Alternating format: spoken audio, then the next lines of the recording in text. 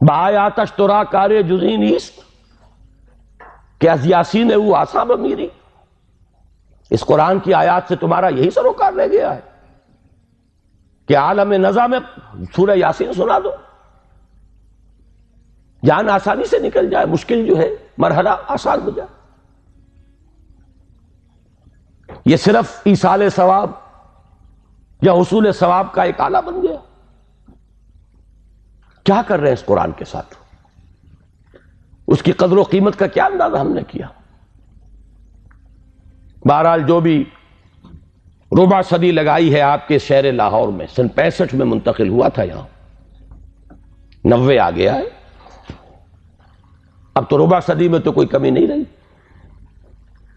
اور پہلی جو 2 تقریریں کی تھی مسلمانوں پر قرآن مجید کے حقوق، کہ سوچو صدر ایوب کا دور تھا، وہ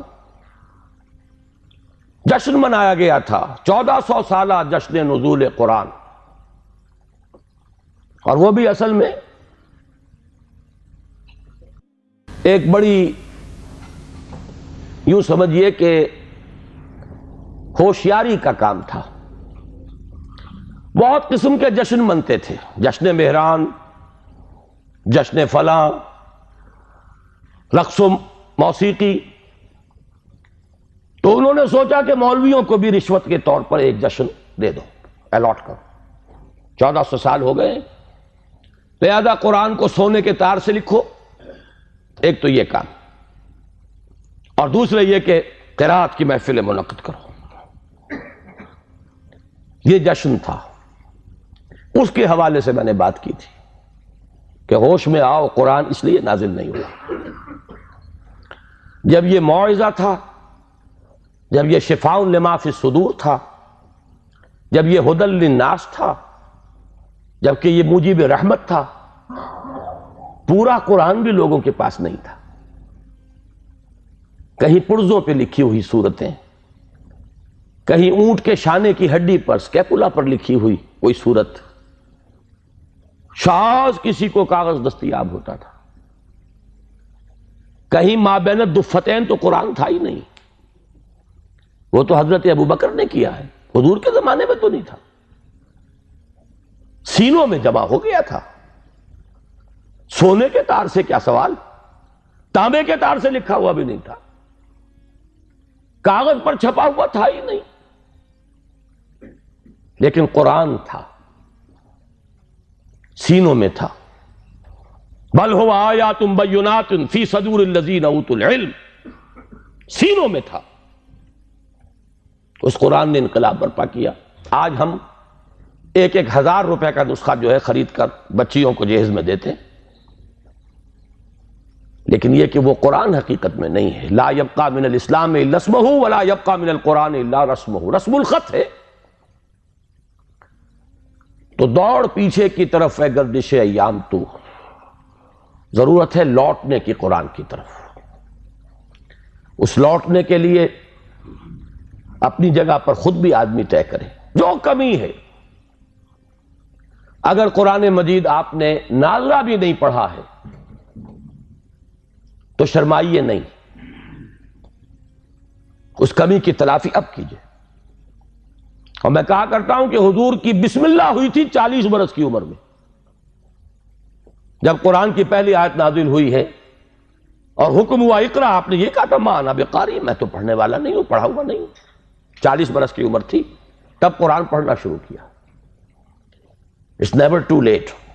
قرآن پڑھیے، قرآن سمجھیے، قرآن پر عمل کیجئے. اگر اللہ نے آپ کو فہم کی ایک بلند تر سطح پر، ہائر لیول آف کانشسنس پر فائز کیا ہے، اسی لیول کے قرآن کو پڑھیے. یہ ایک قرآن نہیں ہے، اس میں ہزاروں قرآن ہیں. ہر شعور کی سطح کا ایک قرآن اس میں علیحدہ موجود ہے، اور ہر دور کی علمی سطح پر، اس کے افق پر ایک خورشید تازہ کے مانند یہ قرآن طلوع ہوگا. لیکن ضرورت ہے اس میں لگنے کی، کھپنے کی، اس میں ڈوبنے کی، اس میں غوطہ زنی کی. قرآن میں ہو غوطہ زن اے مرد مسلمان. اس سے ذرا آگے بڑھیے. اللہ نے دولت دی ہے، لگائیے اس کام میں. اور اللہ نے اولاد دی ہے جو سب سے بڑا ایسٹ ہے انسان کا، جو اصل صدقہ جاریہ ہے، تو لگائیے اس کام میں۔ ابھی میرے ایک بڑے عزیز دوست، بڑی قدر ہے میری نگاہ میں ان کی، ایئر فورس میں بڑے اونچے مقام پر ہیں،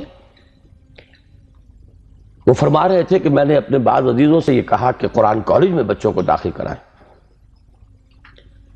لیکن معلوم ہوا کہ آپ کے ہاں تو وہ اردو میڈیم ہے۔ اب اونچی سوسائٹی وہ تو اردو میڈیم میں اپنے بچے کو نہیں بھیجے گی، تو آپ کوشش کریں۔ میں نے کہا کہ ٹھیک ہے، سوچیں گے اس پر۔ بات سمجھ لیجئے کہ قرآن کالج آپ کے معاشرے کی ان ضرورتوں کو پورا کرنے کے لیے نہیں ہے۔ قرآن کالج ان دیوانوں کے لیے ہے جو طے کر لیں کہ ہمارا مطلوب و مقصود دنیا نہیں آخرت۔ جدوں کافر اسی پچ ہو گیا، پھر تشبیہ مسلح کی کرنا، اساں ظاہر نو رب منیا اے، باطن دا اللہ کی کرنا، اساں ظاہر نو رب منیا اے، باطن دا اللہ کی کرنا۔